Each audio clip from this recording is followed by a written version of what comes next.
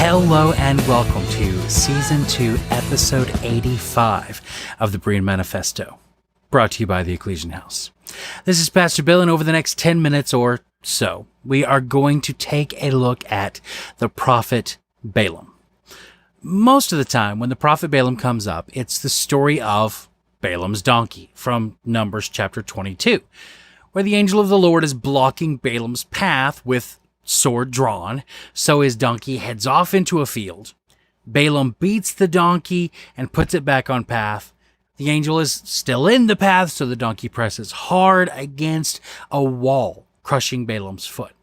Balaam beats the donkey again and urges it forward. The angel is still blocking the path, so the donkey sits down. Balaam beats the donkey a third time, and God opens its mouth, allowing it to talk to Balaam. But there's more to Balaam's story.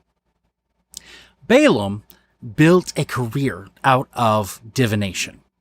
He had established a reliable reputation of successfully applying blessings or curses on his intended target.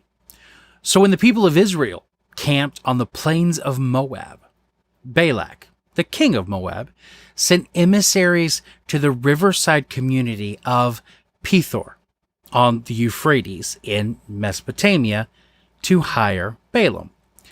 You see, Balak's father, Zippor, had lost a significant portion of his kingdom to the Amorites, and the people of Israel had conquered the Amorites and made refugees out of the survivors, driving them out of even the surrounding villages.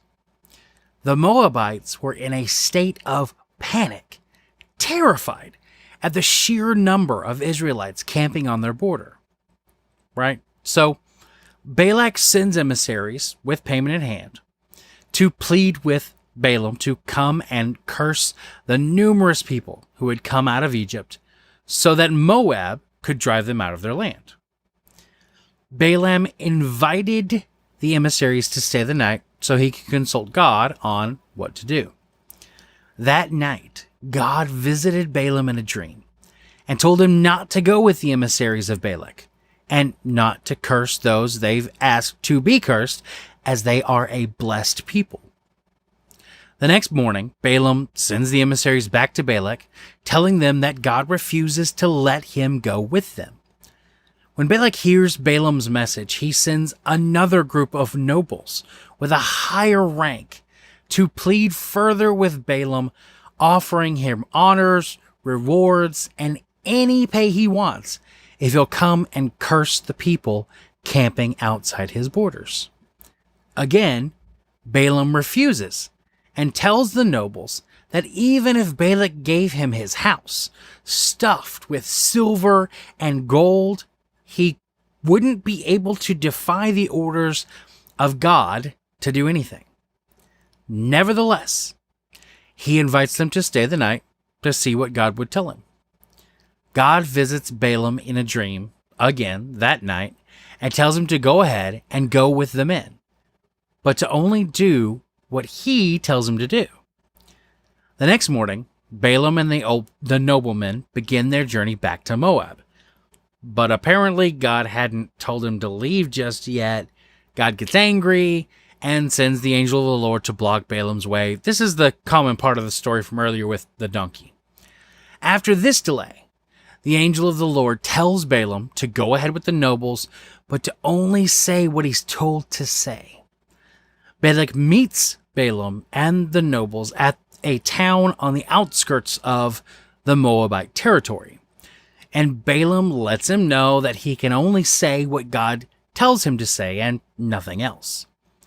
They have a feast, and the next morning head up to one of the high places where the people would worship Baal, so Balaam could get a good look at the people who Balak wants cursed. Balaam instructs that 7 altars are built, and they sacrifice a bull and a ram on each altar. He tells Balak to stay by the altars while he goes off by himself and consults with God. God meets with Balaam, and when Balaam repeats what God says to Balak, it makes Balak angry because it's a blessing over the Israelites instead of a curse. Now, they repeat this whole song and dance 2 more times at different locations, with 14 more altars, a bull and ram sacrificed on each, and 2 more blessings over the people of Israel instead of a curse. Balaam reminds Balak that he sent word to him up front that he wouldn't do anything against God's command, and then delivers a prophecy about the defeat of the land of Moab by the Israelites.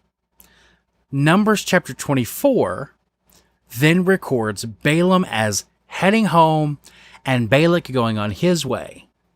However, we know from the books of 1 Peter, Jude, and Revelations that that's not exactly what happened. 1 Peter chapter 2 verse 15 says, "They have gone astray by abandoning the straight path and have followed the path of Balaam, the son of Bosor, who loved the wages of wickedness." And Jude 11, "Woe to them, for they have gone the way of Cain, have plunged into Balaam's error for profit, and have perished in Korah's rebellion." Now, neither of those verses hint at all at referring to this story. Maybe they're talking about something later in his life.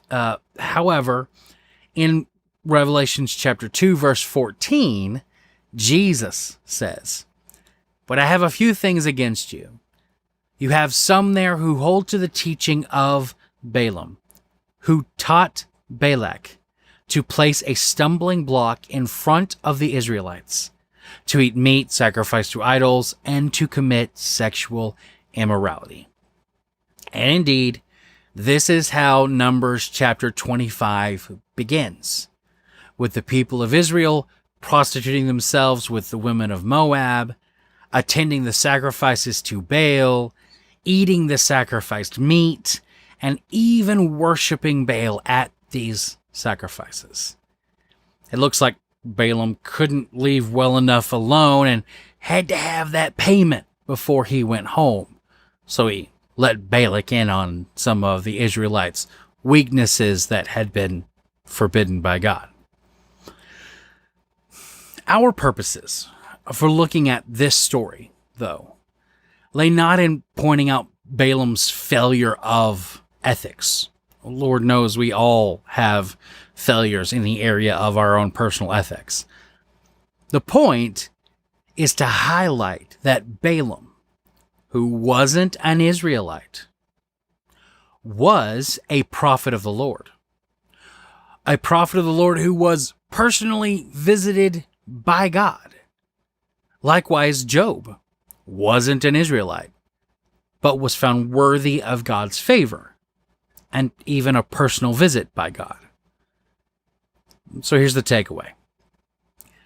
We worship the one true God. In the biblical account of God and in the building blocks of our faith, there are lots of overlap with other religions.